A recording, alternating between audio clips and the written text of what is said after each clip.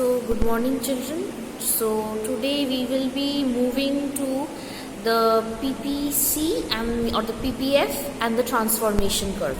Many a times, the production possibility curve or the production possibility frontier is also called the transformation curve. Now, why is it called the transformation curve?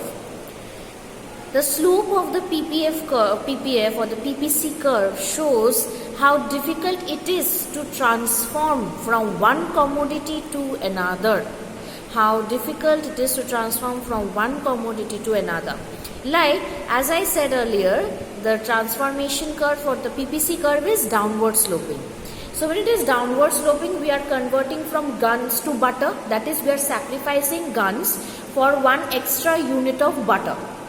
Okay, similarly, if we move from downwards to upwards, means when we are moving from upwards to downwards, which is the normal movement of the PPC curve, okay, we are transforming guns to butter, means we are sacrificing guns to butter. Now, however, if we move from downwards to upwards, okay, if the movement is from downwards to upwards, then what will happen?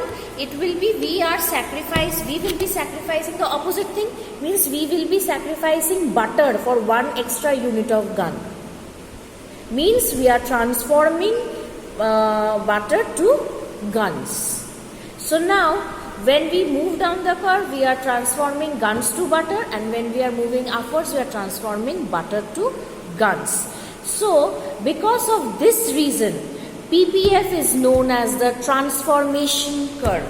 So, this is a very important question why PPF is known as a transformation curve.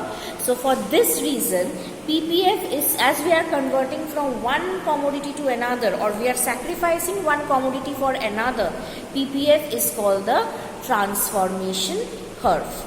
Now, we will move on to change in the production possibility frontier. Means shift. Like we did shift in the demand curve, shift in the supply curve.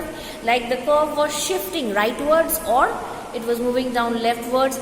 Here also we will be doing change in PPF, means shift in the PPF curve or the PPC. Now, as we discussed earlier, the production possibility curve depends on the scarcity of resources. So we have got the resources are very scarce in our economy. So as the resources are scarce, as the day goes on, it increases or decreases. It is always not in the same quantity in the economy. Okay, it is decreasing or increasing in the economy, means the resources are either increasing in the economy or decreasing in the economy. Okay, so as there is a change in the resources, what is happening to the PPC then? Okay, so that we will study here.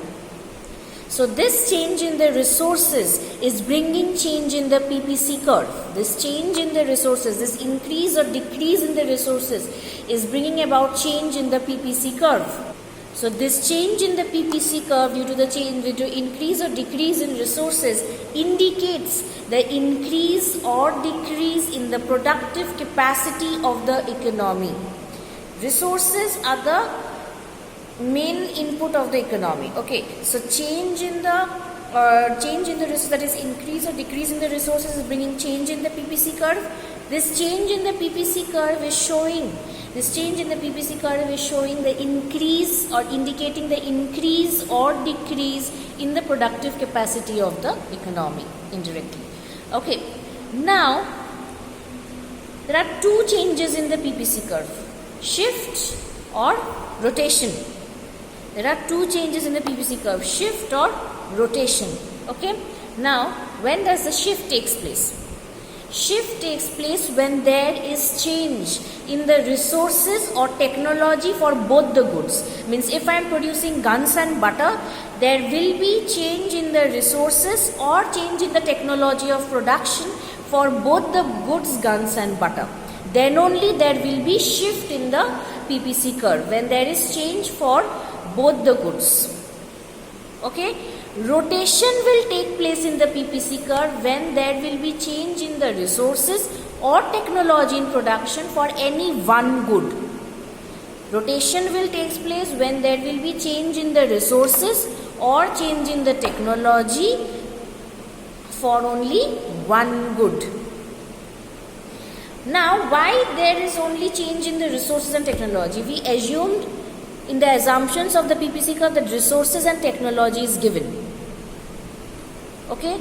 Now, only if I alter these inputs, then only my productivity will change. So that is why we are changing only resources and technology. Okay. So understood shift and rotation. In case of shift, resources and technology will change for both the goods, and in case of rotation, the change in the resource and technology will be changing for only one good. Now we will go to the diagrammatic explanation.